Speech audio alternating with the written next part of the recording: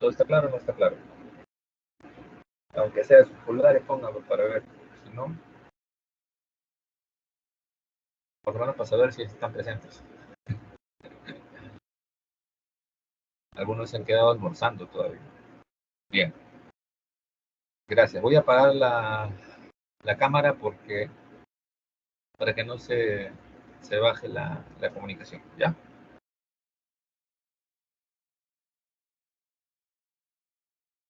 Bien. Entonces, si no hay preguntas de las sesiones anteriores, vamos a empezar con lo de ahora. ¿Ya? El primer militarismo. Antes de empezar con los detalles y datos históricos, pues vamos a poner una cuestión bien clara. En San Marcos usamos la periodificación de la historia de la República propuesta por Jorge Basadre. ¿Ya? Usamos esa periodificación. No usamos las otras y tampoco, ¿no? Usamos mezclas que son muy comunes en los libros de academias, misias, y que muchos profesores de academia les gustan usar, ¿no? Acá usamos la periodificación propuesta por Jorge Basadre y les pido que tengan cuidado en eso porque las preguntas se construyen a partir de esa periodificación. Entonces, si tú vienes con esas periodificaciones que aparecen en algunos libros de academias o que lanzan algunos profes de academias que se creen genios, tengan cuidado. Tengan mucho cuidado porque podrían tener problemas. ¿Está claro? Entonces, empezamos. El primer militarismo es un periodo muy largo, como verán ustedes, que dura ¿cuántos años? A ver, ¿cuántos años? 45 años aproximadamente. Y en esos 45 años solo gobiernan militares. ¿Ya? Basadre usa varios testimonios de periodistas críticos, de políticos críticos a los militares de esa época. Dicen, ¿no? Autores de esa época como Manuel Atanasio Fuentes, Manuel Asensio Segura, Cabo Palma, dicen que los militares creían que el máximo rango del ejército era ser presidente. Entonces muchos militares alucinaban con el poder de la presidencia, pero en términos absolutos.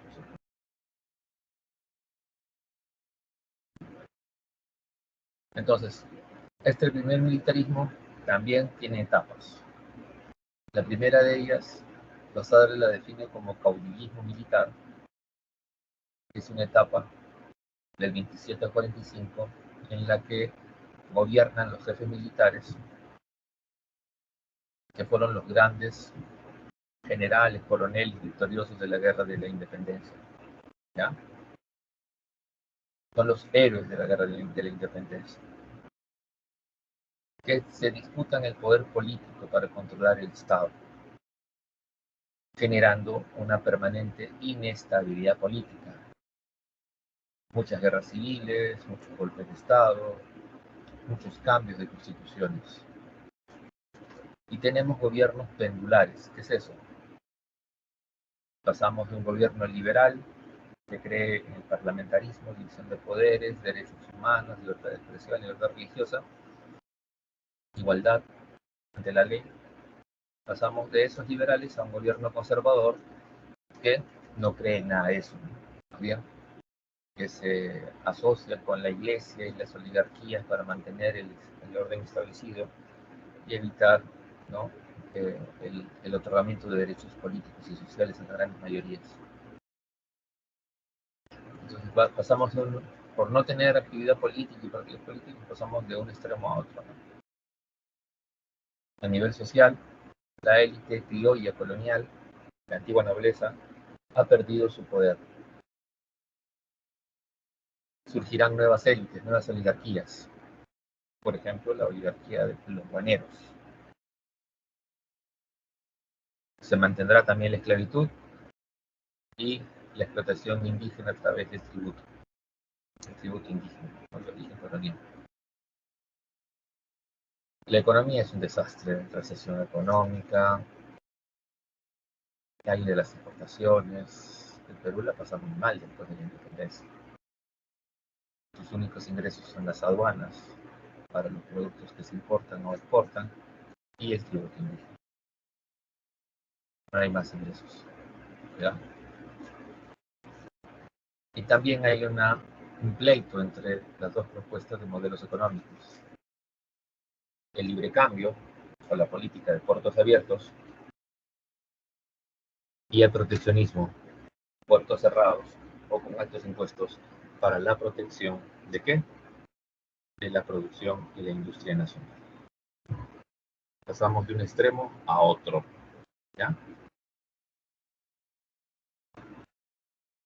Y eso es lo que vamos a tener durante todo este largo periodo. A ver, ¿alguna pregunta de estos conceptos? ¿Algún concepto que no se haya entendido? Aunque muchos de estos también los han visto en economía, pero de todas maneras, ¿hay algo que genere dudas?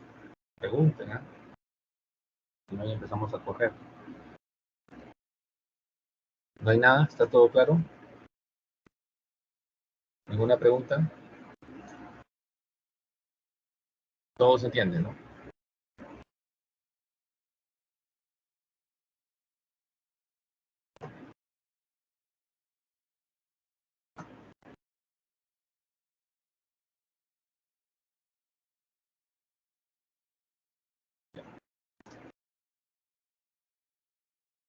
Listo. No hay preguntas. Ya, comenzamos a correr. Acá están los principales gobiernos, ¿eh? Los primeros gobiernos de esta época de la República.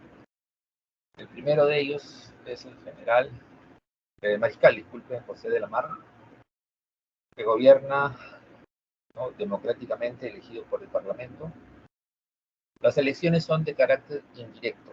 ¿Cómo es eso? En los departamentos la gente elige a sus diputados y los diputados dentro del Congreso eligen al presidente de la República. ¿Ya? Así es el sistema. ¿Quiénes son los electores? Son varones, 21 años, que tengan título de propiedad y títulos o certificados de estudios. La base, por tanto, de electores es chiquita. Pocos pueden elegir o ser elegidos. A esto se le llama modelo censatario o república censataria, porque su padrón electoral se ha construido a partir del censo de la república. ¿Ya? La MAR hace una nueva constitución liberal, parlamentarista, división de poderes, libertades individuales, libertades religiosas, que tendrá mucha resistencia por parte de los sectores conservadores y de la Iglesia. La MAR también da leyes proteccionistas para la defensa del mercado local, sobre todo a al peligro de la llegada de productos textiles ingleses. Él pondrá un impuesto de 80%. ¿Ya? La MAR se plantea mantener el Perú unido. El Perú unido son las tres audiencias: audiencia de Quito, Ecuador; audiencia de Lima, Perú; y audiencia de Charcas, Bolivia. Durante la guerra de independencia, los intereses políticos y caprichos de los libertadores Sucre y Bolívar terminaron quitando estos territorios de Perú y anexándolos, por ejemplo, Ecuador a la Gran Colombia, y separando Bolivia, ¿no? Separando el Alto Perú para crear un país llamado República de Bolívar, que luego le cambió el nombre a Bolivia. La MAR, para mantener el Perú unido, entra en guerra contra la Gran Colombia para recuperar Ecuador, contra Bolivia para unificar el territorio. En la campaña contra el Ecuador, el ejército de la MAR sufrirá una grave derrota provocada, ¿por qué? Porque Gamarra no envió el ejército de refuerzo, las reservas, y al no enviarlas, el ejército de la MAR fue fácilmente derrotado por las fuerzas colombianas. ¿Ya? Cuando la noticia llegó a Lima de la derrota de la MAR, Gamarra dio un golpe de Estado autoproclamándose presidente de la República. La MAR tuvo que huir y refugiarse en Costa Rica. Lo primero que hace Gamarra en su gobierno es un tratado de paz con la Gran Colombia, cediendo de manera definitiva los territorios de la Audiencia de Quito a la Gran Colombia. Meses después, la guerra civil en Colombia ha llegado a tal punto en que los países se dividen. Venezuela por un lado, Colombia por otro y Ecuador por otro.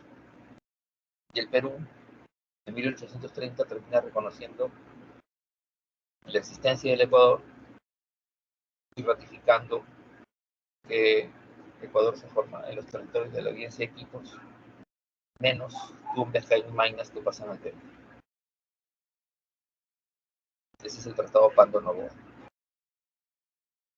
Ahora, Gamarra tiene mucha oposición de los sectores liberales en el Congreso. ¿Ya? Él da el golpe de Estado, pero no actúa de manera dictatorial. Es un autoritario, pero no es un dictador, si no hubiera cerrado el Parlamento. Pero el Parlamento lo mantiene y este Parlamento le hace una férrea oposición, sobre todo por los liberales, encabezados por el cura, es un cura liberal, Francisco de Paula González Mejía. A este cura lo terminan excomulgando, porque atacó también a los sectores conservadores y a la iglesia del Perú. Incluso este gobierno sufrirá intentos de golpe de Estado, pero se va a mantener y va a entregar el poder ya a un nuevo presidente elegido por el Congreso, que será el general José Luis Orbegoso. Orbegoso, apenas asume el gobierno, comienza a negociar un tratado de alianza y unificación con Bolivia. Un tratado que se firma primero como tratado de auxilios y luego, ante la amenaza del ataque de los conservadores, ¿no?, se creará la Confederación Peruano-Boliviana. Perú-Boliviana. Ahora, Orbegoso hace una nueva constitución, la Constitución 34, que asume muchas de las medidas planteadas por San Martín y por Lamar, y plantea también, por ejemplo, la exoneración de los privilegios de la Iglesia, la libertad religiosa, y eso va a provocar una serie de levantamientos. La alianza con Bolivia, el ataque a la Iglesia y a la oligarquía terrateniente va a provocar levantamientos y proclamas contra su gobierno. ¿Ya? Primero será Bermúdez, las tropas de Bermúdez se van a rendir en Maquinguayo a las tropas de Orbegoso. Luego Orbegoso marcha hacia el sur con apoyo de los bolivianos al mando de Santa Cruz y derrotan a las tropas de Gamarra. Gamarra terminará refugiándose en Chile. Pero mientras se da la campaña en el sur, Salaverry sale de Trujillo con sus tropas y toma Lima y se autoproclama presidente de la República.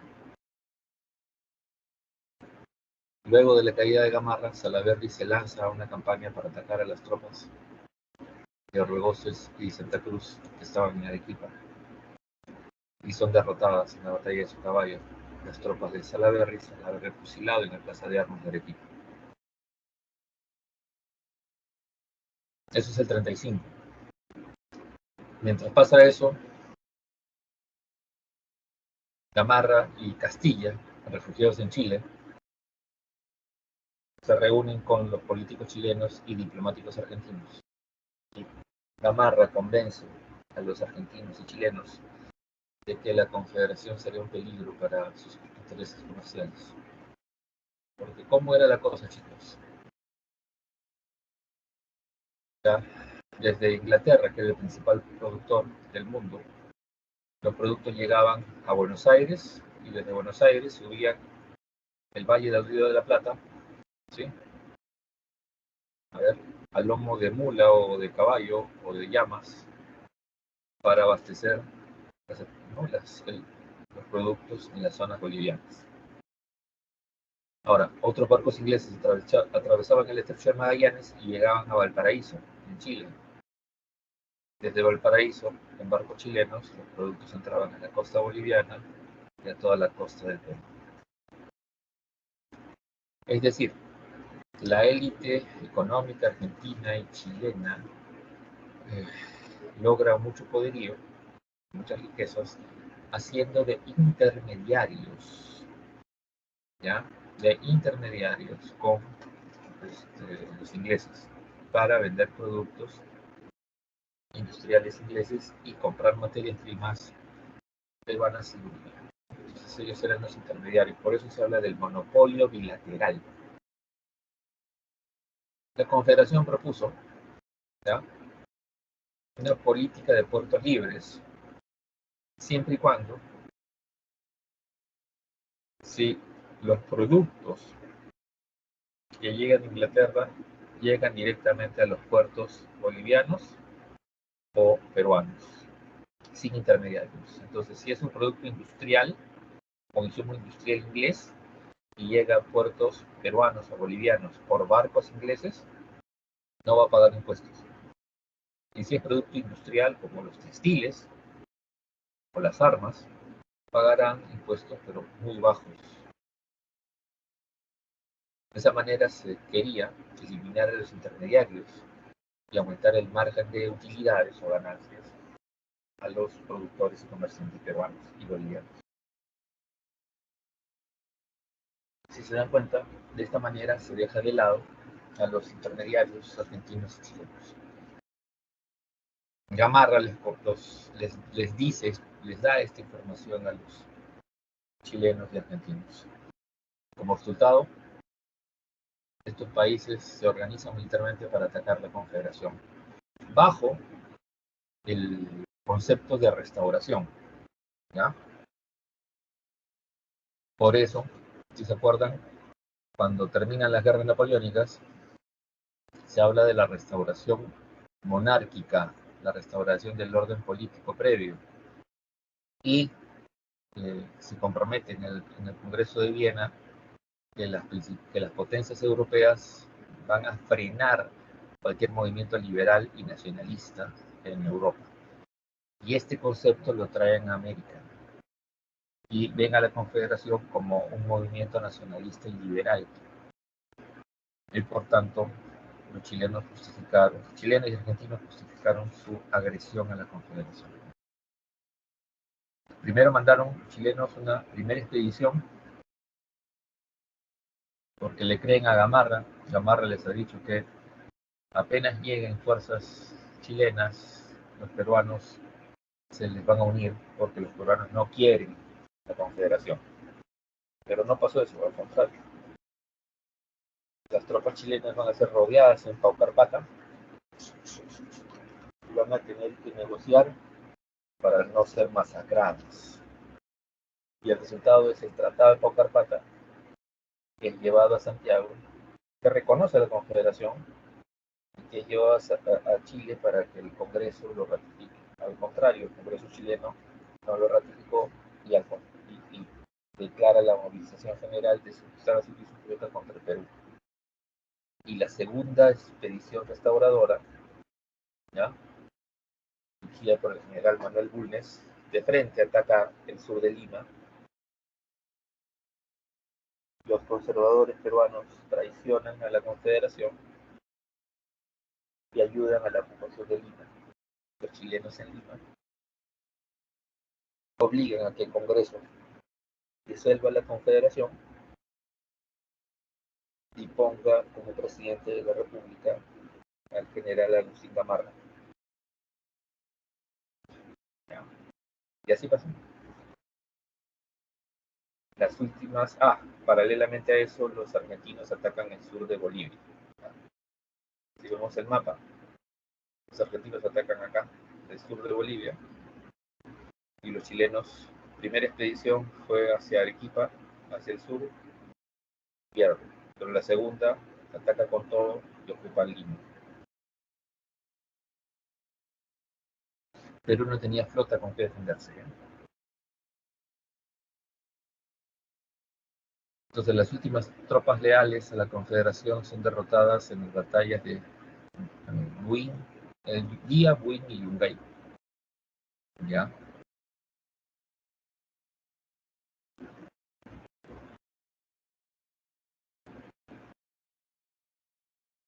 Gamarra en su segundo gobierno, los dos gobiernos que tuvo Gamarra fue por golpe de Estado, el primero contra la MAR y el segundo contra la Confederación. Gamarra, como en su segundo gobierno, ¿qué hace? Cambia la constitución por una constitución conservadora, muy autocrática y centralista. Mantiene la guerra contra Bolivia, porque la delimitación territorial que no se concluyó. Y durante su gobierno, este señor de acá, que es un empresario español, es el primero en hacer un contrato para extraer el guano y exportarlo a Europa. ¿Ya? Él alquila las islas para extraer el guano. Ojo, nadie sabía para qué se usaba el guano. Los europeos sí, porque ya científicos con Humboldt habían escrito y publicado en artículos y libros la importancia del guano. ¿Para qué sirve el guano? A ver.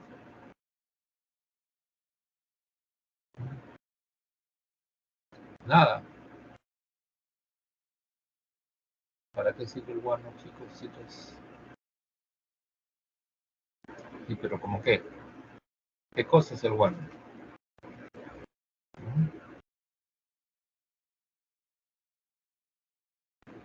Nada. Fertilizante. Muy bien, Yasumi. Es muy bien, Diego, porque es un fertilizante. ¿Ya? Este estiércol de las aves de las islas concentra una gran cantidad de nutrientes útiles para la agricultura. ¿Está claro?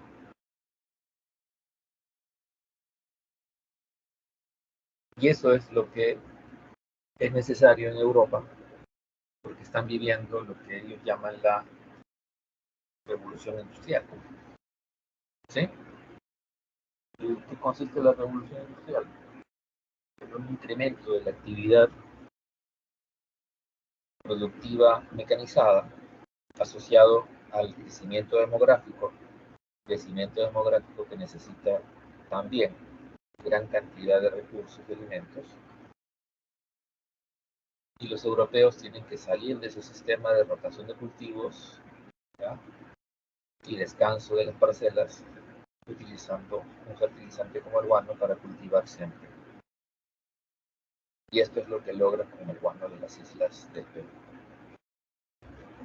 Ahora, Gamarra mantiene la guerra contra Bolivia y en un intento de invasión al territorio boliviano se produjo la batalla de Ingavi, en la que Gamarra muere.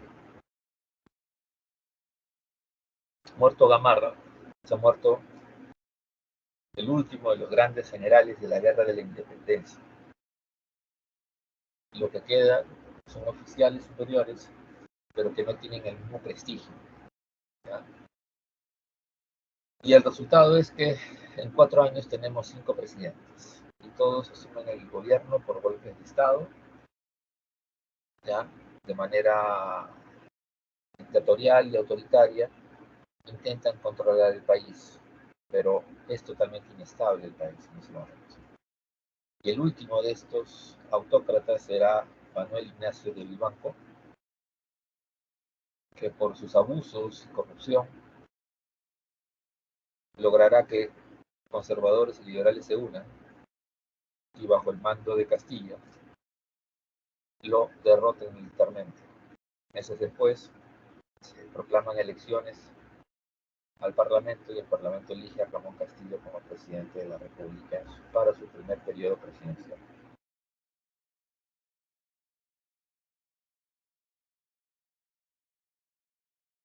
Y empieza una nueva era. Del 45 al 72, Basadre le llama prosperidad falaz. ¿Qué significa falaz?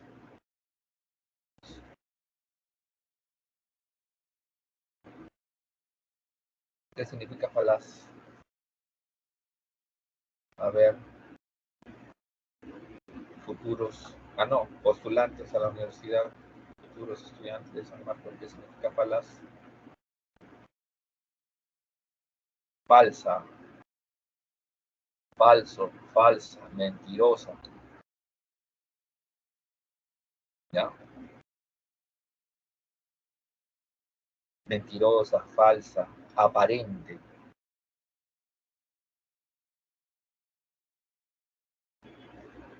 Tengan cuidado porque en los libros de academias mixtas aparece prosperidad falaz como sinónimo de momentáneo, ¿ya? Esporádico. No, no, no. Esporádico, momentáneo es otra cosa. Falaz es mentira. Falaz es mentira, ¿ya? Mentira, mentirosa, falsa, aparente. ¿Y por qué? Porque hay una gran cantidad de guano y que se vende a precios muy altos, ¿ya? El Perú en esa época sería, pues, si lo comparamos ahora, Arabia Saudita. Todo el mundo ahora quiere petróleo, pues en esa época todo el mundo quería guano. ¿Y qué se hizo con ese recurso? Se desperdició. Se lo gastaron. Esta casta de militares que gobernó el Perú eran una sarta de ladrones y los empresarios de esa época eran una sarta de ladrones al cubo, ¿ya? ¿Y en qué se gastaron?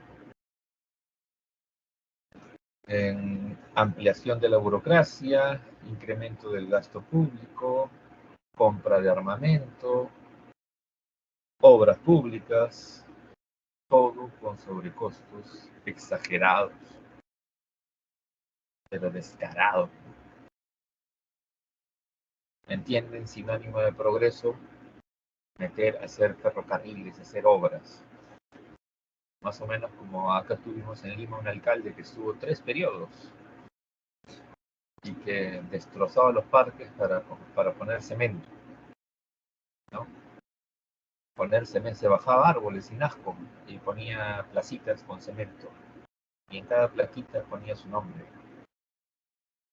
y se ponía doctor. Nunca había terminado la universidad, pero ya se ponía doctor, ¿no? ¿Qué alcalde fue? A ver, si viven en Lima deberían saber, ¿no?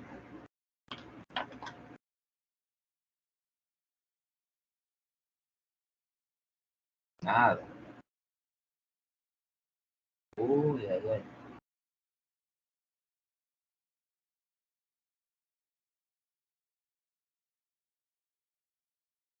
Nada, la gente está perdida.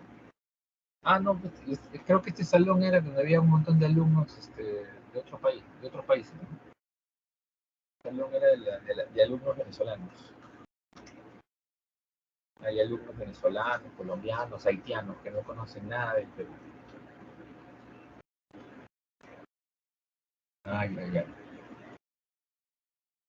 Bien, ahora también hay conflictos fronterizos, hay conflictos internos.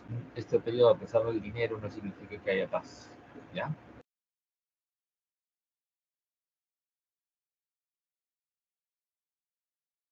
¿Para qué sirvió el gasto del guano? 25% gastos militares. Se compraron montón de armamento a sobreprecio. Barcos de segunda a precio de nuevos, ¿ya? Gastos burocráticos y civiles. Salarios. Se incrementaron los salarios de los militares sobre todo. Acá ya se fue más de la mitad. Ferrocarriles, 20%. Deuda interna, 11%. Deuda externa, 8%. ¿Ya? Y lo que implicó la eliminación del tributo indígena y la abolición de la esclavitud, 7%. Pero la mayor cantidad de gasto es sueldos, salarios, gastos militares y ferrocarriles. ¿Cuáles son estos gobiernos? El primero de ellos es el de Castilla. Castilla termina pagando toda la deuda externa y empieza a pagar la deuda interna. La deuda externa es la que se reconoce en documentos como la entrevista de Guayaquil, y la capitulación de Ayacucho.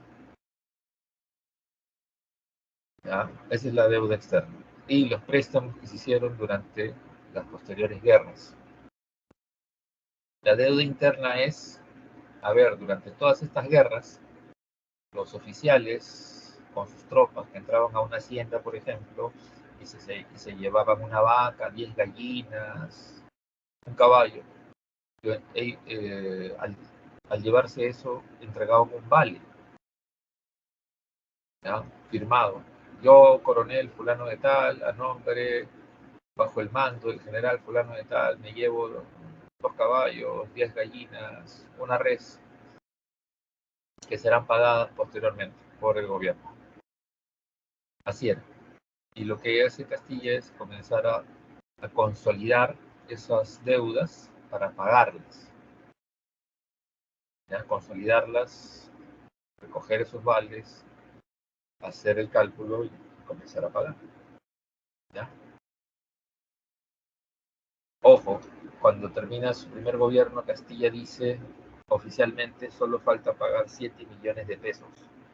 Y eso lo tenía que hacer el gobierno de Echenique. ¿Ya? ¿Qué más hizo Castilla? Obras públicas, la idea de comprar un barco de guerra al año para modernizar la flota. Ahora, el problema es que esa idea no es mala.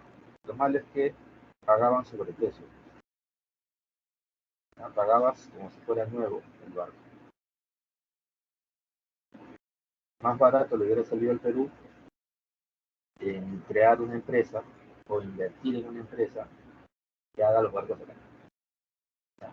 Igual que los ferrocarriles.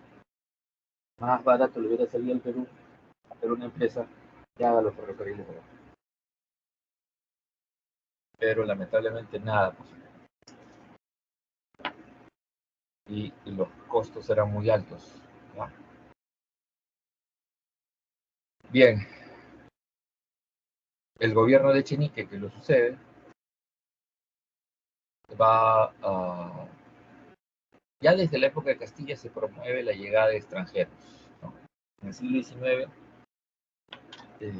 millones de europeos y asiáticos salen de sus continentes por los graves problemas y conflictos sociales, revoluciones, guerras civiles, guerras de independencia.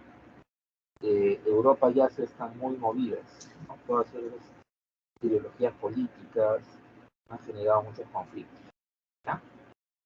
Guerras civiles, revoluciones, guerras de independencia, y con su resultado trágico de millones de migrantes. De Europa salen más de 20 millones, de Asia salen más de 10 millones, y la mayoría, casi todos, se van al continente americano, se vienen para acá. Aquí al Perú llegaron poquitos.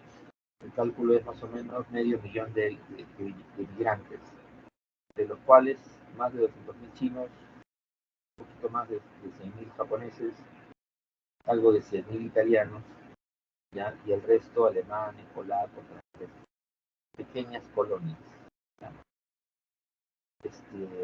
Pero no llegó mucho. Al país que llegaron un montón, ¿ya? La mitad de todos los migrantes o refugiados que salen de Europa y Asia, la mitad se fueron a Estados Unidos. O sea, de más de 40 millones de estos migrantes desplazados o refugiados, más de la mitad, más de 20 millones van a vivir a los Estados Unidos. Y el resto se divide en distintos países, sobre todo Argentina, Uruguay, Australia, Nueva Zelanda, Canadá, Uruguay, ¿no? Casi todo Uruguay es un país poblado por estos migrantes o refugiados europeos, por ejemplo. Brasil también recibió bastante. Argentina también. Los que más recibieron fueron Estados Unidos y después, en proporción poblacional, Uruguay, a pesar de que es un país chiquitito, pero la mayoría de su población es originaria de este flujo migratorio. Acá llegaron muy pocos, ¿ya? Pero igual les dieron tierra, les dieron trabajo, los insertaron a la actividad económica. Ahora, el gobierno de Echenique es rechazado brutalmente por el choreo. Castilla había dicho y dado información para el pago de 7 millones de pesos de deuda interna. Echenique da normas para pagar 19 millones de pesos. O sea, Echenique y su grupo estaban planificando robarle al Estado peruano más de 12 millones de pesos, que ahora sería el cálculo más de 12.000 millones de dólares. Por si acaso, muchos dicen, los gobiernos más corruptos y ladrones de la historia, Fujimori, Alan García. No, Echenique. ¿Ya? Ese gobierno sí ya se pasó de abusivo. ¿Está claro?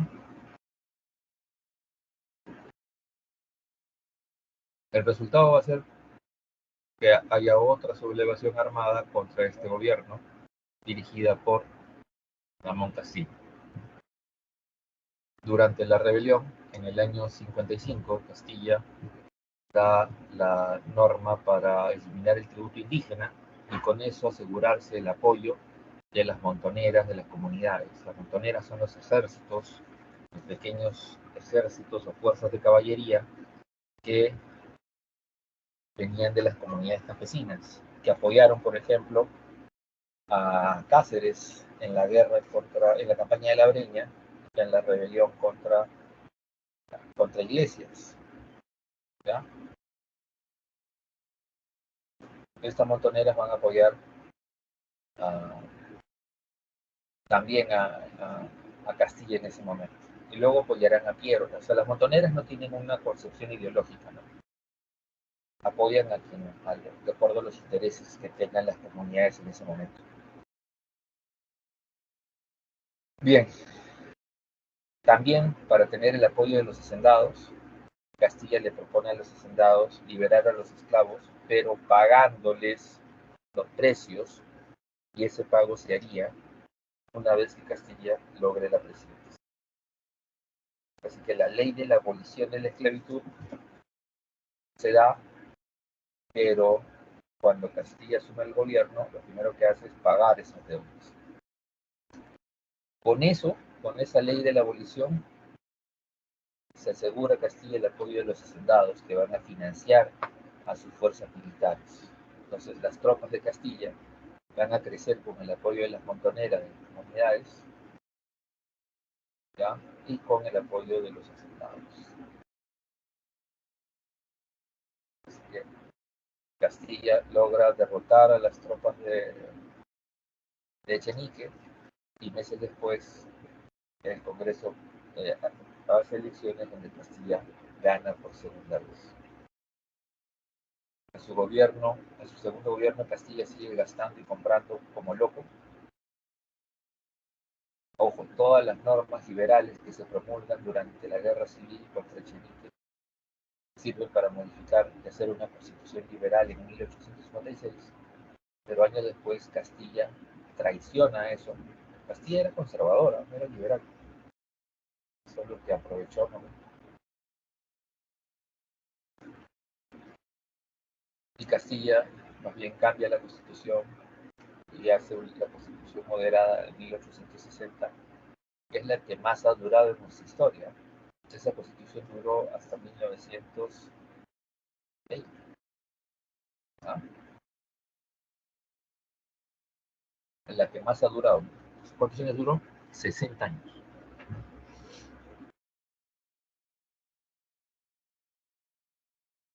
En el segundo gobierno de Castilla, los exportadores de guano se asocian y crean la Sociedad de Consignatarios del Guano.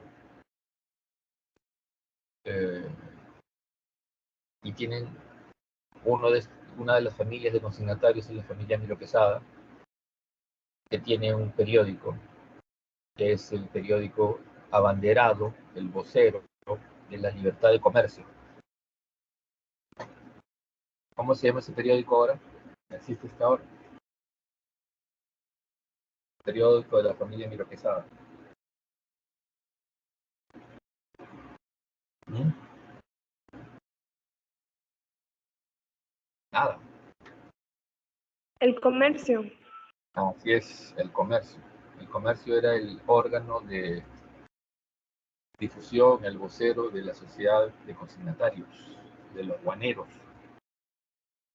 Es gracioso, ¿no? Que las familias de guaneros, luego Basadre, ¿no? Es el que lo dice, que no son burguesías, se quieren comportar como nobleza, como aristocracia, ¿no? Cuando su origen es vender guano.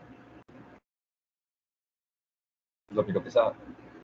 Actualmente se creen aristócratas, se creen nobles, pero su riqueza de origen fue vender guano. Incluso ellos mismos iban con su pala y su pico a picar y a levantar el guano para mandarlo en los barcos a Inglaterra. Bueno, no, hay gente que no se acuerda de esa historia. En el segundo gobierno de Castilla tenemos una guerra con Ecuador. ¿Por qué? El gobierno ecuatoriano ha hecho una cesión de territorios a una empresa inglesa para que explote y extraiga recursos de la selva.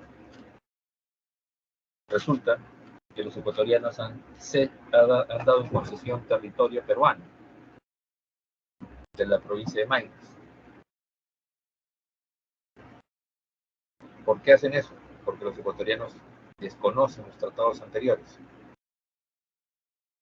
Entonces vamos a la guerra. Perú ya tiene flota, tiene un ejército moderno en ese momento y ocupa Guayaquil. Pero como no pasa de un día para otro, pues pasan meses. Cuando las tropas peruanas llegan a Guayaquil, el Ecuador ha entrado en una guerra civil y Castilla decide apoyar a los liberales, a cambio de que firmen el Tratado de Mapasinde, que ratifica los tratados anteriores, el Pacto Noboa y el Larrea-Aguán. Un Bejain y Maynas para Perú y el resto Ecuador. Y así quedó la cosa de esa guerra con Ecuador. El siguiente gobierno, por sucesión democrática, fue el del general San Román. Él gobierna muy poco, se muere, no llega ni a 7 meses su gobierno. Pero en su gobierno se dan 2 leyes importantes, ¿ya? Que duraron mucho. Una de ellas se mantiene hasta ahora. Nosotros desde esa época usamos el sistema métrico decimal y dejamos de lado el sistema imperial. Así se le dice, el sistema imperial es el de millas, yardas, para distancias, ¿sí? Pulgadas, pulgada, pie, milla, yarda. No con disculpe. Es pulgada, pie, yarda, milla. Así es. En distancias. Y en pesos es libras, onzas y libras. Onzas, libras. Y en volumen es galones. Ese es el sistema imperial. Y usamos ahora el sistema métrico, ¿no? Que en distancias es centímetros, metros, kilómetros. En pesos es gramos, kilogramos. Y en volumen es litros, ¿sí? Centímetros cúbicos, litros. Y además, el gobierno de San Román dio la ley para tener un sistema de 2 monedas, una de oro y una de plata, que tengan equivalencia. ¿Ya? Ya. San Román se muere y lo sucede el Peset como vicepresidente. ¿Ya? El gobierno de Peset no iba mal, seguía con las obras públicas y los gastos, pero viene el problemón. Los españoles vienen con una enorme flota de 16 barcos de guerra que ¿no? Frescos y conchudos, los españoles le llaman expedición científica. Y esa expedición científica con sus barcos de guerra y su infantería termina ocupando las islas de Ecuador, Perú, Bolivia y Chile. Comienzan a extraer los recursos, sobre todo el guano de las islas.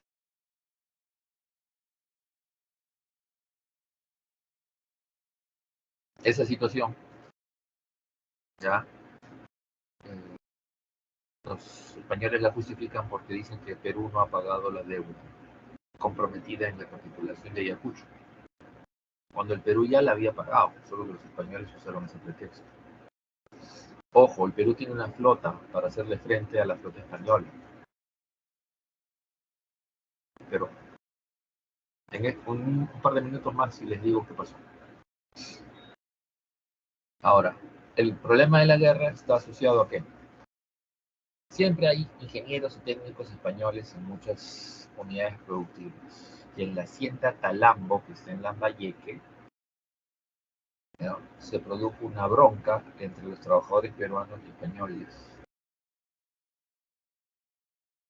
Como los españoles eran menos, salieron hinchados y murió uno.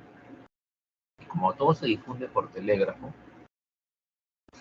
los españoles que ocupaban las islas amenazaron y abiertamente dijeron de que los culpables de esos incidentes deberían ser juzgados, deben ser entregados por las autoridades peruanas a los españoles para ser juzgados. Ante esas amenazas, Peset declara de que no va a ceder en nada a los españoles y manda al general Vivanco, a ese que Castilla derrocó en el año 45, lo manda a negociar un tratado. Y al final Vivanco termina aceptando todo lo que los españoles quieren. Termina aceptando que el Perú le debe a España, que el Perú le va a pagar a España para que se vaya de las islas y que el Perú entregará a los culpables para ser juzgados por un tribunal español. Por supuesto, ese acuerdo, ese tratado debe ser ratificado por el Congreso de la República. El Congreso se opuso, se vino un escándalo, protestas y desórdenes públicos que terminan con un golpe de Estado dirigido por el coronel Mariano Ignacio Prado, que destituye a Peset. Mariano Ignacio Prado lo primero que hace es contactarse por telégrafo con los gobiernos de Ecuador, Bolivia y Chile y hacer una alianza cuádruple contra los españoles. Ahora, el Perú tiene una gran flota, pero la mayoría de los capitanes y comandantes no le hace caso al gobierno. Solo algunos hacen caso. Y ahí viene lo interesante, miren. La flota española está dispersa. 4 barcos, ya, de las cuales son 3 corbetas y una fragata ligera españolas. Estos 4 barcos son rodeados por 8 barcos peruanos de mayor tamaño, fragatas pesadas, con mayor cantidad de cañones y armas. Son rodeados y los españoles, estos 4 barcos, terminan rindiéndose.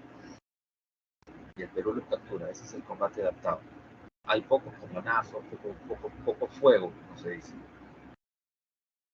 ¿Ya? Ante ver los españoles, al ver los barcos modernos y los cañones modernos de la flota peruana, barcos comprados en Inglaterra, por supuesto, se rinden y Perú captura sus barcos. Siguiente acto. En venganza, parte de la flota española ataca a Valparaíso y destruye la flota chilena y el puerto de Valparaíso. La flota chilena tenía barcos ya muy obsoletos, muy antiguos. Tercer acto. Mariano Ignacio Prado le regala esos 4 barcos a Chile para que Chile reconstruya su flota. Ojo, esos 4 barcos van a pelear en la flota chilena contra el Perú en la Guerra del Pacífico. ¿Ya? Paradojas del destino. Siguiente acto. Toda la flota española se junta y vienen a atacar el Callao. Ya ese es el combate de los llamados. El error de los españoles es que no habían hecho su tarea de hacer lo que se llama inteligencia militar.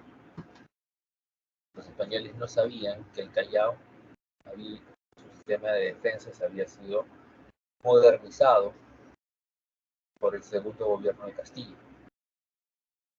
Los españoles pensaban que la única fortificación con cañones era el Real Felipe, pero no. Callao tenía bastantes fortificaciones con en artillería pesada. Resultado, el barco más moderno de la flota española, españoles por creídos, lo van a poner muy cerca al puerto y va a ser fácilmente destruido por los cañones del Callao.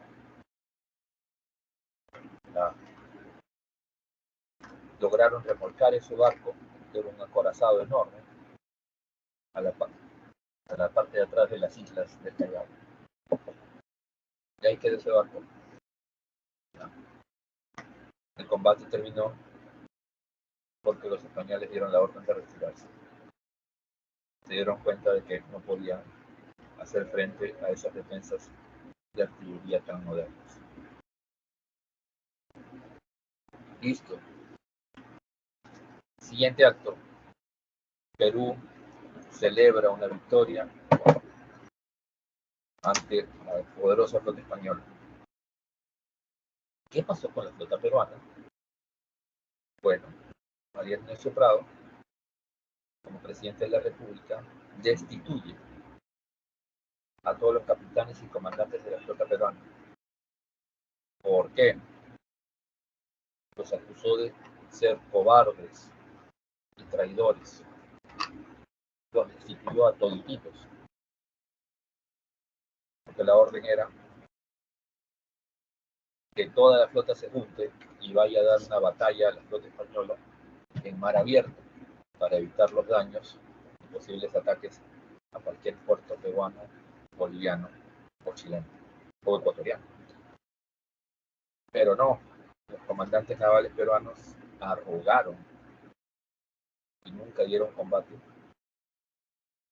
y la mayoría no quería obedecer a María Ignacio Prado. Ojo, entre esos comandantes está Grau. Les dieron baja deshonrosa, así se dice.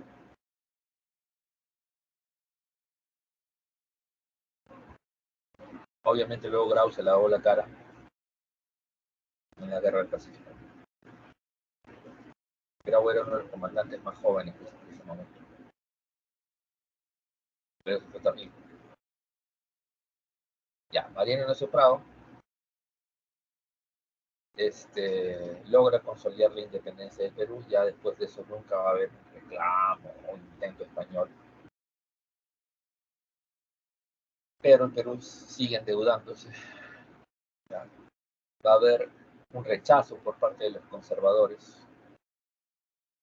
La rebelión de Díaz Canseco y la rebelión de Balta contra el gobierno de Mariano Ignacio Prado. Así que Mariano Ignacio Prado lo que va a hacer es renunciar al gobierno y convocar a elecciones.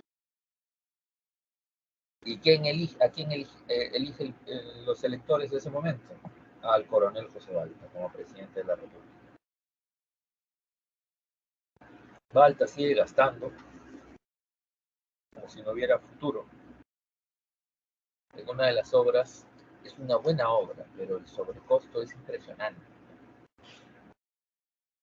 Nadie va a negar que el Metro 1 de Lima o el Metropolitano son grandes obras, o las vías expresas son grandes obras, pero el sobrecosto, producto de la corrupción, de las jugadas corruptas entre los funcionarios y las empresas, o sea, con lo que se ha gastado haciendo el Metro 1, en España te hacían 3 o 4, ¿ya?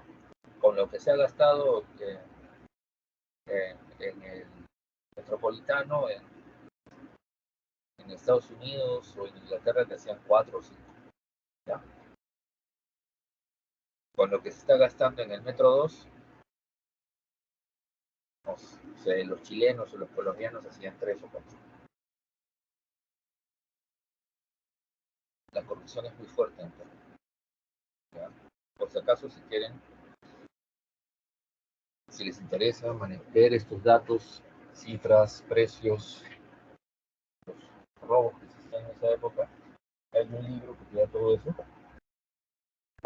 de un profesor, de un peruano, porque era profesor en Nueva York, Alfonso Quirós. ¿Ya? Ahí sí prendo la cámara para que lo vean, y vean el libro. Acá está. Historia de la corrupción en el Perú. Está incluso en PDF, ¿eh? Léanlo, si tienen tiempo. Ahora que viene el examen, ingresas, lo lees. Y si no ingresas, léelo pues como relajo, ¿no? Es historia para relajarse. Hay que leer, ¿no? Alimenta las neuronas. No las alimenta, las entrena.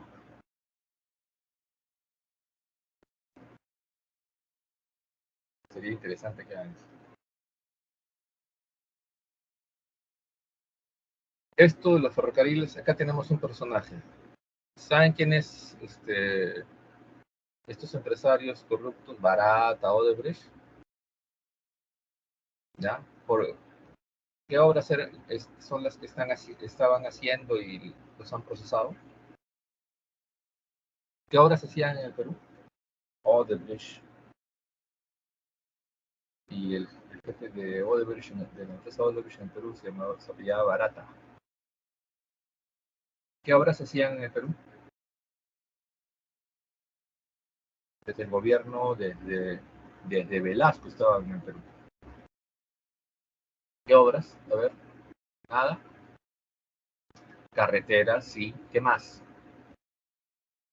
Velasco los trae para hacer carreteras, no, los trae para hacer irrigaciones. Y luego de las irrigaciones se hacen también carreteras, centrales hidroeléctricas, hospitales, ¿ya? Ya. Todos esos choreos que ahora vemos,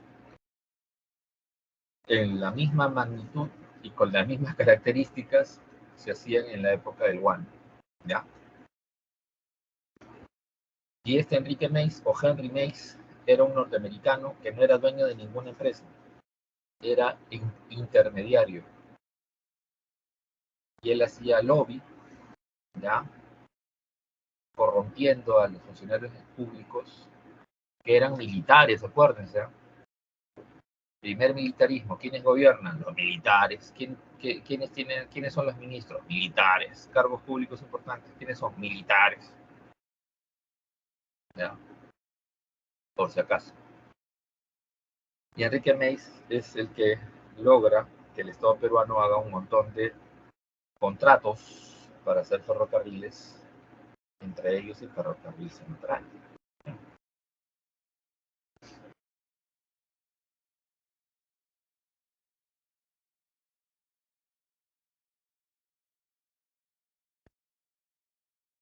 Y todo con sobrecostos, ¿eh? El cálculo más zanahoria es 10-1. O sea, en lugar de traer todos los ferrocarriles de Inglaterra, mejor era hacerlos acá. Por si acaso, los norteamericanos comenzaron a hacer eso. En lugar de comprarle todo a los ingleses, comenzaron a hacer ellos mismos infraestructura. ¿Ya? Y ese es el inicio de la revolución industrial en Estados Unidos, la industria del acero.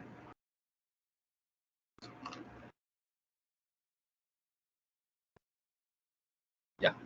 Balta se va del gobierno y no acepta que hagan elecciones limpias y democráticas. Y entrega el poder. Bueno, siguiente elección, gana Pardo, un sector de militares que no quiere dejar el poder. O sea, cuando dejar significa que ya, se va el presidente militar, por tanto se van los ministros militares y los funcionarios militares. Ese es el militarismo, chicos. ¿Ya?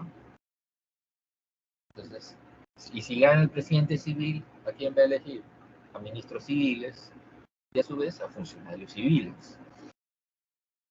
Entonces, ante la derrota de los militares en las elecciones de 1872, un grupo de militares, sobre todo coroneles, se rebelan para intentar mantener el poder.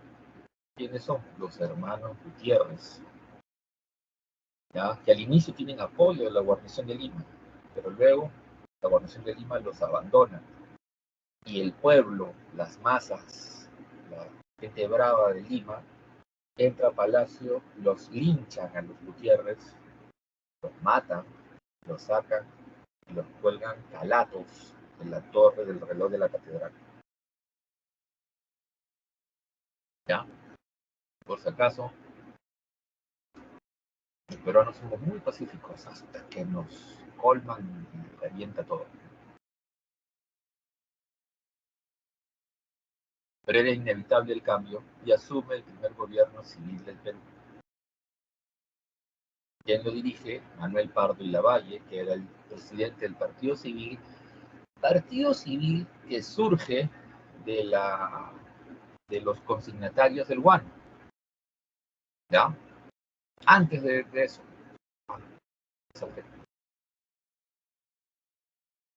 En 1868 el Perú está feliz y contento, pero comienza a caerse la venta del guano.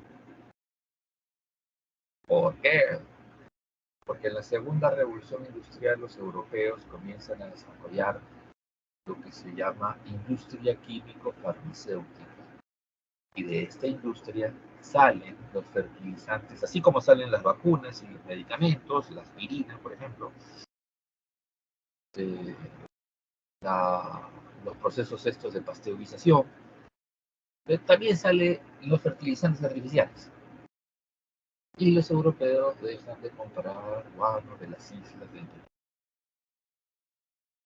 1869, una crisis alucinante, y Balta pone al ministro Nicolás de Piérola para hacer una reforma.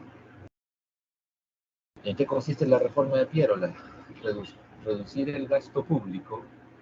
Ya no se van a comprar más armamentos ni barcos, se van a cerrar bases militares y navales, cuarteles y áreas de entrenamiento del ejército, se va a reducir la cantidad de efectivos militares y se va a concentrar la venta del guano en un nuevo sistema, el sistema monopólico a cargo de la empresa Dreyfus Hermanos. Eso se oficializa en el contrato Dreyfus, por el cual el Perú entrega todo el guano a esta empresa y esta empresa lo va a vender sobre todo a los Estados Unidos, a la zona de California. ¿Por qué? Porque California, de la, los mineros encontraron vetas de oro y plata y en esa época se hablaba de la fiebre del oro en California y miles, cientos de miles de personas migran a California para trabajar en estas nuevas empresas mineras, carreteras, ferrocarriles y puertos. Y necesita mucha comida. Y el guano servirá para eso. Así que el contrato Dreyfus se firma en 1869. El 70 el Perú recupera las ventas, 70, 71, 72, felices. 73, fin de 1873, primera crisis de la bolsa de Nueva York. ¿Ya? A esta crisis le llamaron el Gran Pánico o el Gran Terror. La economía se cayó de cara. ¿Ya? Los norteamericanos dejaron de comprar y de invertir en el extranjero. Ya, y dejaron de comprar. Pero bueno, listo. 74 es el último año en que sale algo de guano del Perú. Y como ya no hay demanda, la empresa Dreyfus el 74 no, decide romper el acuerdo. Ahora, Pardo y Lavalle intenta hacer un gobierno moderno, modernizador, intenta algo pues que no se había hecho, ¿no? Con el dinero del guano debes apostar por cosas a mediano y largo plazo, como educación, ciencia y tecnología. Pero ya se había gastado la plata, ya no había más ingresos. Ahora, esa escuela de ingenieros agrarios terminará siendo la Universidad Nacional Agraria y la escuela de ingenieros civiles y de minas terminará siendo la la única, claro. Pero ya no hubo plata para continuar las reformas educativas que planteaban. Ante la caída de los ingresos, nacionaliza las salitreras de Tarapacá, que son el único recurso que el Perú va a tener para 1864 en adelante. El único producto de exportación. Ahora, justo antes de terminar su gobierno, ratifica el Tratado de Alianza Defensiva, pero solo con Bolivia y con Argentina. ¿Ya? El censo de 76, que es un instrumento que más bien permite entender la profundidad de la crisis y, y las grandes diferencias sociales del Perú, ¿no? Porque toda la infraestructura que se ha hecho es para beneficiar a las haciendas, nada más, y a las zonas productivas para la exportación, nada más. 76 elecciones y gana Mariano Ignacio Prado. Ya este gobierno la pasa peor, porque el mismo año 76 el Perú ya no tiene recursos y se declara en bancarrota, que no puede pagar sus deudas, ni salarios, ni servicios. 76. Listo. 77 y 78, Meganiño, que destruye la infraestructura existente. Puentes, puertos, carreteras son destruidas por este fenómeno, ¿no? La oscilación del Pacífico Sur. ENSO, ¿no? Eh, popularmente llamado El Niño, en un nivel de Meganiño. Ahora, paralelamente a eso, el mismo niño que destruye también la economía boliviana hará que el gobierno boliviano incremente los impuestos sobre el salitre, provocando un rechazo de los comercializadores de salitre boliviano que eran chilenos. Los chilenos se rehusan a pagar eso. En venganza, el gobierno boliviano nacionaliza el ferrocarril de la costa. O sea, la costa boliviana tenía un ferrocarril de propiedad de una empresa chilena que transportaba el salitre de las zonas de extracción en Bolivia hacia los puertos chilenos. Esa fue la gota que derrama el vaso y empieza la guerra. Chile toma la costa boliviana el 14 de febrero de 1879. El gobierno peruano envía al embajador Lavalle a negociar, pero en tanto que negocia también amenaza a los chilenos, diciéndoles que el Perú iba a intervenir y que también lo haría Argentina, porque hay un tratado secreto entre los tres países. Bueno, chicos, no era tan secreto porque los chilenos sabían eso. Y mientras el Perú estaba tratando de apoyar y presionar a los chilenos al mismo tiempo estaban negociando con los argentinos la cesión de territorio. Toda la Patagonia era de Chile y los chilenos le dieron la mitad de la Patagonia a los argentinos.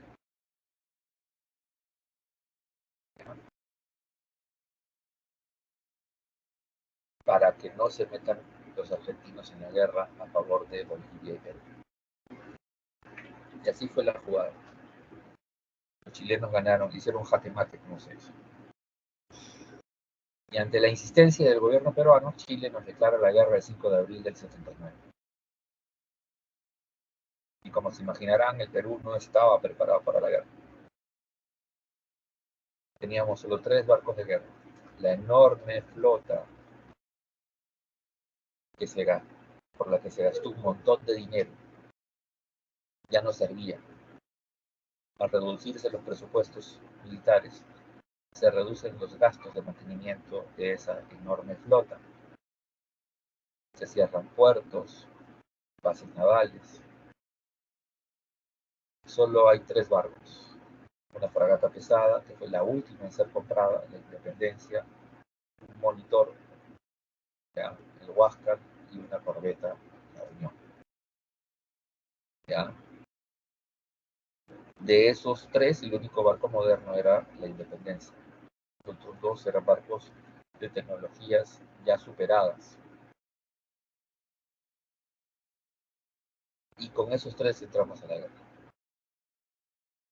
Ojo, sin comandantes navales, acuérdense, ¿no? Porque después del 2 de mayo los votaron a todos, ¿ya? 66 y el 69 la flota fue prácticamente desactivada por la caída de los ingresos. Resultado, nos fuimos a la guerra mal preparados. El ejército permanente era un número aproximado de 10.000 efectivos, mientras que Chile tenía un ejército permanente de más de 25.000 efectivos. La flota chilena estaba compuesta por más o menos 20 barcos de guerra, la mayoría modernos. Los más viejos eran ¿no? Tecnología comparada con los barcos peruanos. Así como la Independencia, que era nuestro mejor barco, los chilenos tenían 8. ¿Ya? Y ahí está, ¿no? El gran problema de la guerra. Lo primero fue la campaña marítima. ¿Ya? Los chilenos, si ven el mapa, avanzaron por tierra, acompañados por su flota, que les daba cobertura para poder avanzar por la costa. Paralelamente a esta campaña del sur, por el mar, el Huáscar, que era un barco con blindaje ligero y con un motor que le daba mucha velocidad, lo que hacía era atacar los barcos de carga chilenos a lo largo de toda esta línea, para evitar que las tropas chilenas se pudieran movilizar con facilidad y rapidez y les llegaran las provisiones y armamentos, municiones. Esas eran las famosas correrías del Huáscar. ¿No? Pues se usa el término por ahí, está, las correrías del Huáscar. Ahora, en Iquique, la Independencia, que es el barco más moderno que tenemos, se hunde porque choca con las piedras.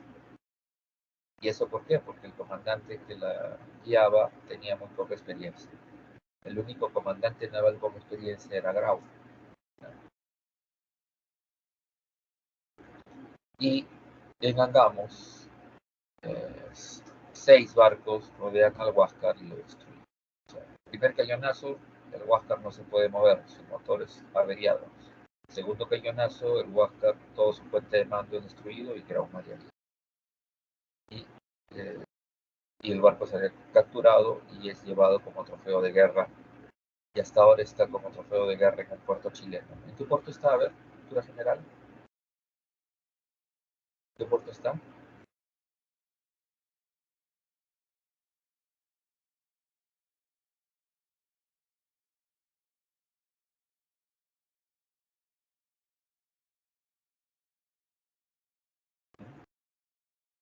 ¿No saben? ¿Qué puerto está el Huáscar? Ah, ya, no importa ya.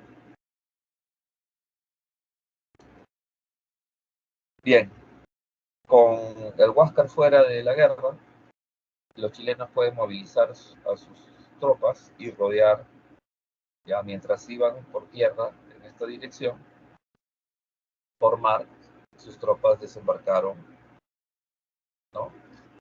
Al norte de Arica y rodearon a un importante, ¿no? Número de tropas peruanas en Arica. Batalla de Arica, desastre de Arica.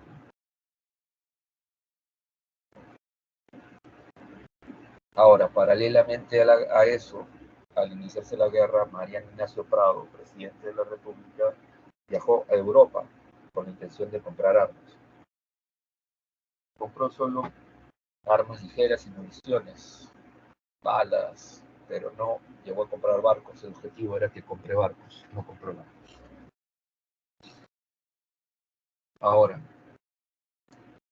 ante la inoperancia del gobierno, eh, Nicolás de Piero le da un golpe de Estado con el apoyo de un sector del ejército y deciden fortificar Lima para defenderla del ataque chileno. Las batallas de San Juan y Miraflores. Durante esa campaña, la campaña de Lima, el presidente fue Piero. Después del desastre de esa campaña, Piero la huye y es capturado por los chilenos, y quien asume el gobierno durante la ocupación será Francisco García Calderón. Ya, gobierno de la Magdalena, ¿a qué hace referencia? El gobierno peruano desde la colonia tenía dos palacios. El Palacio de Lima, o la Casa de Pizarro, Palacio de Gobierno, en el centro, y había le llamaron Palacio de Verano. ¿Ya? Era una casa hacienda en Magdalena Vieja, así se le dice ahora. Ahora es el distrito de Pueblo Libre. Esa casa hacienda actualmente es el Museo Nacional de Historia, Arqueología y Antropología del Perú de Pueblo Libre. ¿Ya? Y mientras los chilenos ocupan Lima, García Calderón representa al gobierno peruano en ese palacio. Ahora, los chilenos quieren obligar a que García Calderón firme un tratado donde se ceden los territorios del sur, Tacna, desde Moquegua, Tacna, Arica y Tarapacá. García Calderón se rehusó y los chilenos lo meten preso y pondrán como presidente provisional a Lizardo Montero. ¿Ya?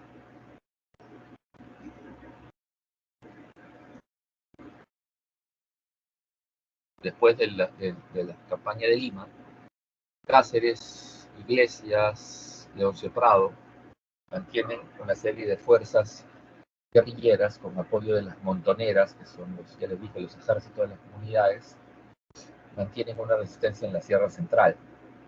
¿Ya? Pero Iglesias se da cuenta de que ese esfuerzo es inútil. Iglesias comienza a negociar con los chilenos el Tratado de Ancón.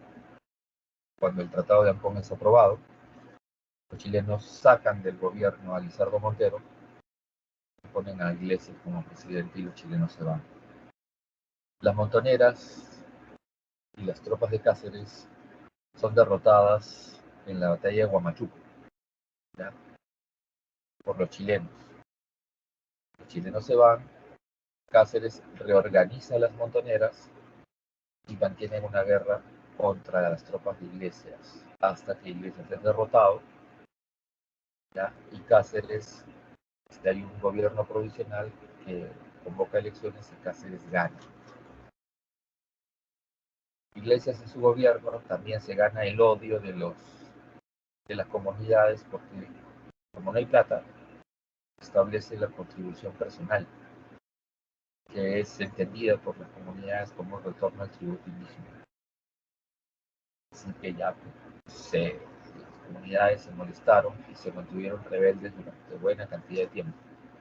Al inicio apoyaron a Cáceres en el poder, pero Cáceres no hizo nada para apoyar a los comuneros, a las comunidades, y más bien, ahorita vamos a ver, Cáceres terminó traicionando a las comunidades. Ahí está el Tratado de Ancón, ya lo conocen ustedes desde primaria, les han hablado del Tratado de Ancón. Se cede a perpetuidad Tarapacá y Arica y Tacna por 10 años. Y se vería la situación si se quedan en Chile o regresan al Perú a través del plebiscito. Ahora, una gran consecuencia de la guerra, como en toda etapa de crisis del Perú, es el surgimiento de caudillos militares. Por eso se habla de segundo militarismo. Después de la guerra hay un periodo de reconstrucción que duró un montón de años. Miren, del 83 al 99, ¿cuántos años son? 16 años. ¿No? O sea, demoró un montón el país en ordenarse, en arreglarse. Y en esta etapa Basadre la divide en dos. La primera es el segundo militarismo, 83 al 95, donde hay una crisis del partido civil y de todos los partidos democráticos y un retorno al caudillismo militar. Los militares se agruparán bajo el liderazgo de Cáceres en el Partido Constitucional. A Iglesias lo derrocan, ¿ya?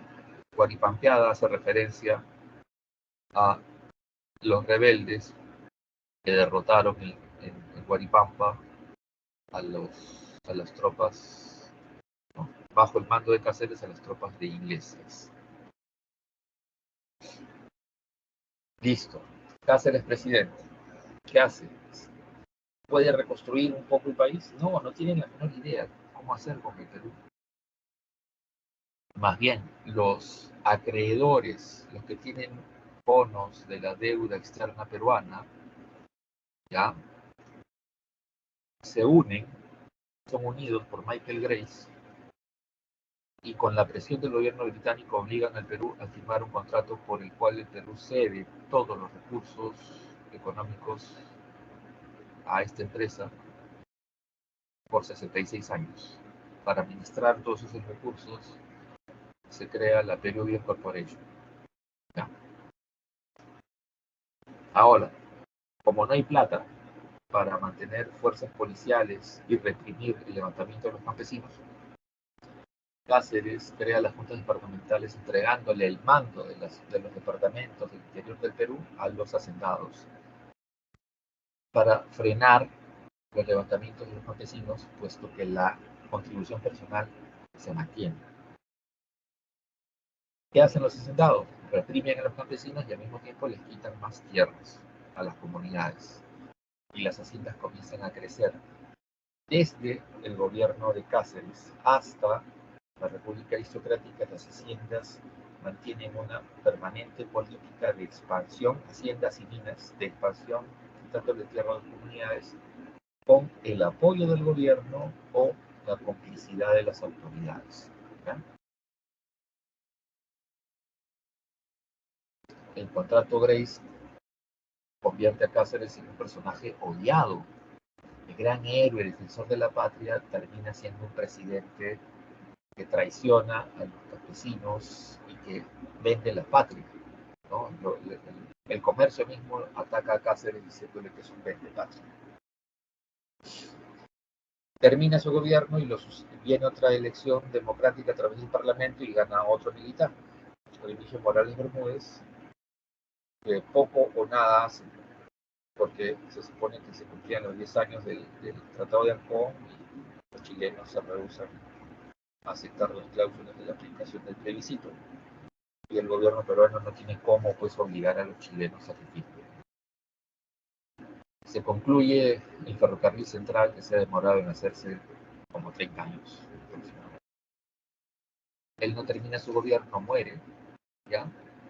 Y en lugar que lo suceda el vicepresidente, Justiniano Borgoño, Cáceres hace algo loquísimo. Obliga al Parlamento a hacer una nueva elección donde él sea el candidato único y gana. O sea, violan la Constitución descaradamente, lo que causa la indignación de toda la oposición y los dos partidos que se odian entre sí se unen, el Partido Civil y el Demócrata, bajo el liderazgo de Piérola y con apoyo de las montoneras, ya por las montoneras que antes apoyaron a Cáceres contra Iglesias y antes contra los chilenos, ahora apoyarán a Piérola. Y Lima será atacada. 16-17 de marzo de 1895, Lima será bombardeada por las tropas de la coalición nacional al mando de Piérola. Piérola no le tenía mucho cariño a Lima, Piérola era arequipeño. Y bombardearon Lima, 2.000 muertos, 3.000 heridos, pucha, fue brava la cosa. Ahí en la separata hay una lectura cortita para explicar eso. Cáceres quiere resistir, pero los diplomáticos extranjeros, el embajador de Estados Unidos, el de Gran Bretaña, el de Francia y el del Vaticano, logran convencerlo de que renuncie. Y Cáceres sale escoltado por marinos franceses rumbo al Callao para embarcarse en un barco francés con destino a Francia, donde pasará varios años refugiado. Piérola, ya hay un gobierno provisional y elecciones, y Quérola asume la presidencia. Y Quérola es un empresario que sí sabe de economía y ¿no? Ya comenzamos a ver la recuperación económica. Se promueve la diversificación de las exportaciones, ya no solo guanos, salitres, sino sal, ¿no? Azúcar, explotación de minas, caucho, lana, algodón, tabaco, petróleo. O sea, el Perú comienza a crecer fuerte. Una reforma militar, una alianza con Francia, viene un equipo de franceses al mando del general Paul Clement, crean la escuela militar, el servicio militar. La gran medida fue el Ministerio de Fomento, de una moneda que tiene equivalencia con la libra inglesa. Eso es muy importante para promover la economía. Y a nivel político hay una reforma electoral. A partir de la elección de 1899 hasta ahorita, los peruanos elegimos al presidente. Ya. Pero varón, 21 años, que sepa leer y escribir. Se amplió la base de electores. Quérola pensó que con eso iba a ser reelegido. No, ganó el Partido Civil. Loco, la historia es así de loca a veces. Y en 1899, todos esos logros de reactivación económica van a beneficiar a este periodo que Basadre le llama República Aristocrática, porque es contradictorio, ¿no? Somos una república, entre comillas, con elecciones y proceso democrático, pero no. En el Perú, durante esos años, gobierna una élite que se considera a sí misma la élite noble que debe gobernar el país. Y repito, no son nobles porque su origen es la venta de guano.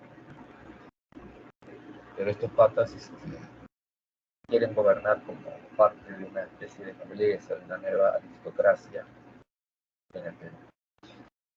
Y están donde en el Partido Civil.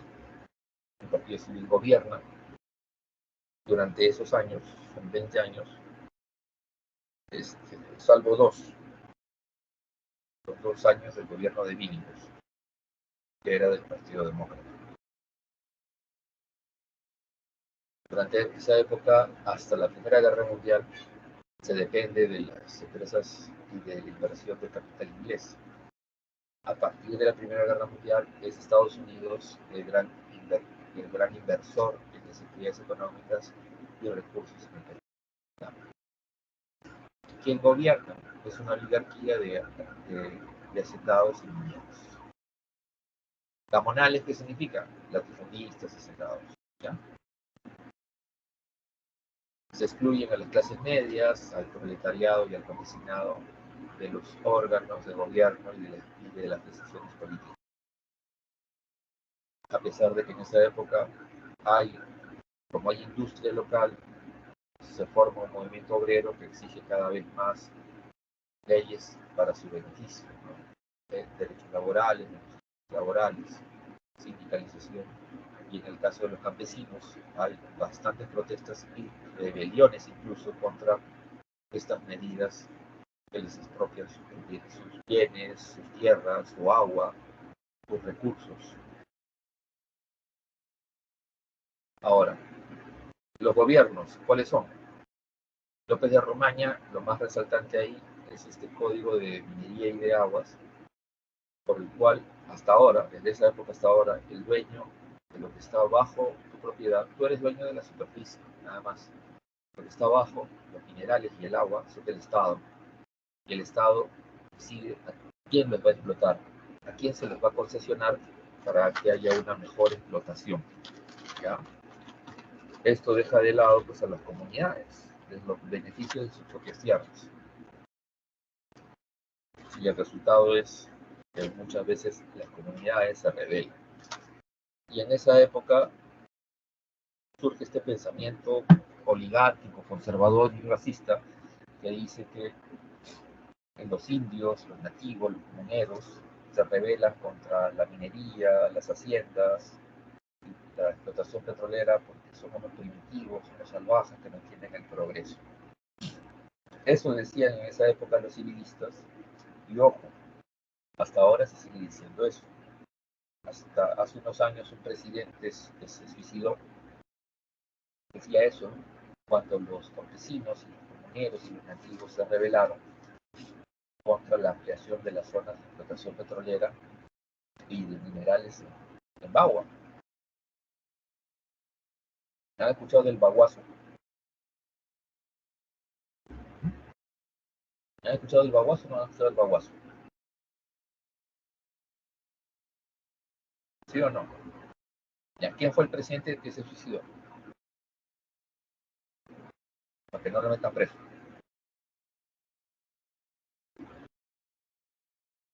Uy, ya hay nada. Ya esas cosas ni siquiera deberían, no he estudiado eso, no, si no, eso es ha sido noticia, no es malo. Ya. Siguiente gobierno, Manuel Candamo. Así es, muy bien, Stephanie, Allen García. Candamo gobernó, su gobierno no llegó a los 7 meses porque murió, estaba muy viejito.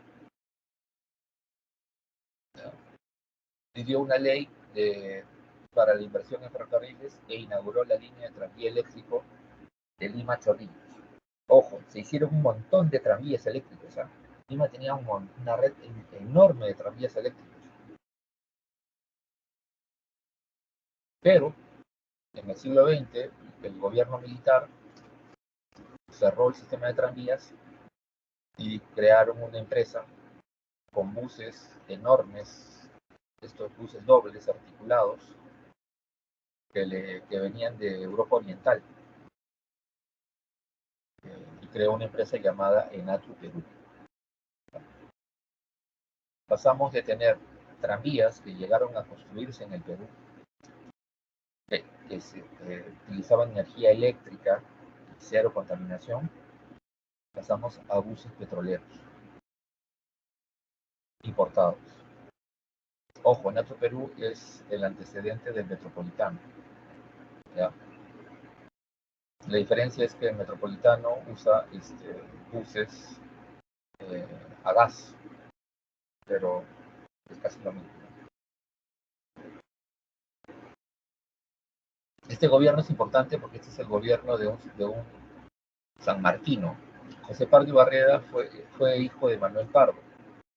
José Pardo Barreda fue 2 veces rector de San Marcos y fue varias veces decano de la Facultad de Letras, Humanidades y Ciencias y Derecho.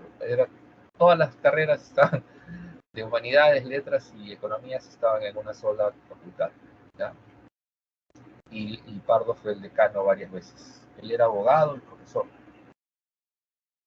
Y este pata apenas asume el gobierno hace una reforma educativa. Educación primaria, gratuita y obligatoria. ¿Existía educación primaria antes? Sí, solo en las parroquias para los hijos católicos bautizados. O sea, si tú no eras católico y si tú no eras bautizado, no podías entrar a esos colegios parroquiales.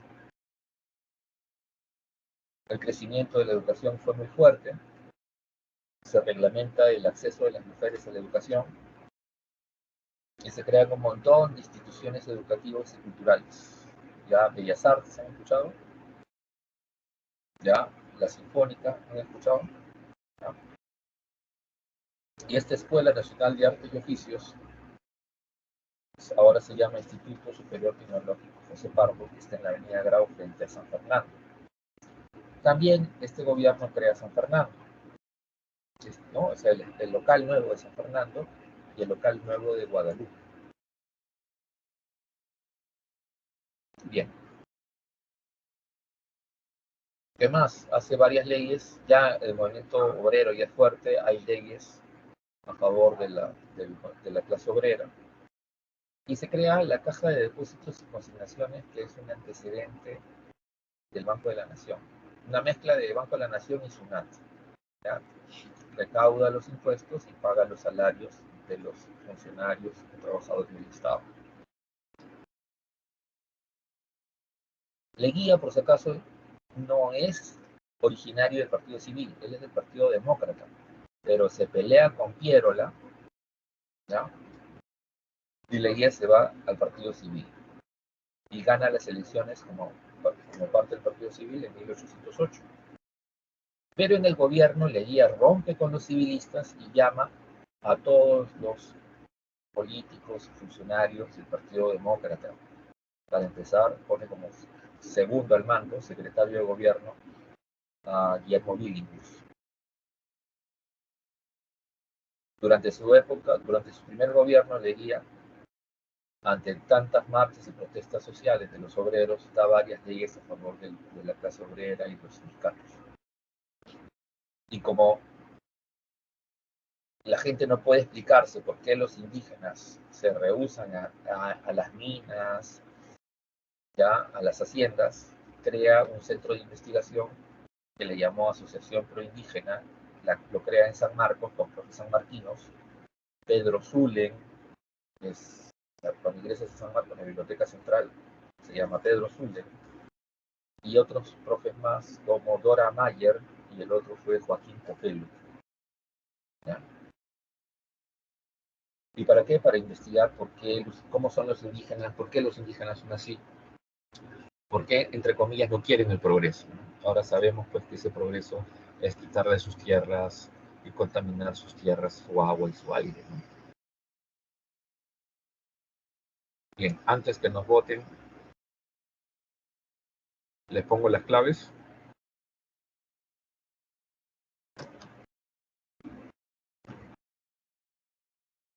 1, C.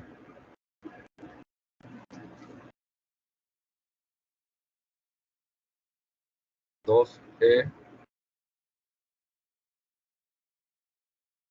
3, C otra vez.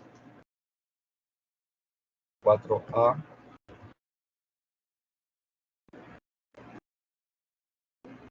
Y 5, Ecuador. Bien. ¿Alguna pregunta hasta acá, señores y señoras? Ya no vamos a llegar a lo demás porque no hay forma. Si tienen preguntas, dudas de los contenidos que vienen, pues anótenlos y los resolvemos a inicios de la próxima sesión. ¿Alguna pregunta, señores y señoras? ¿Está todo claro? ¿Sí? Les agradezco su atención y nos vemos la próxima semana, señores. Gracias, Ricardo, por responder. ¿Nadie más respondió? Gracias, señores. Que les vaya muy bien. Estudien. Gracias, profesor.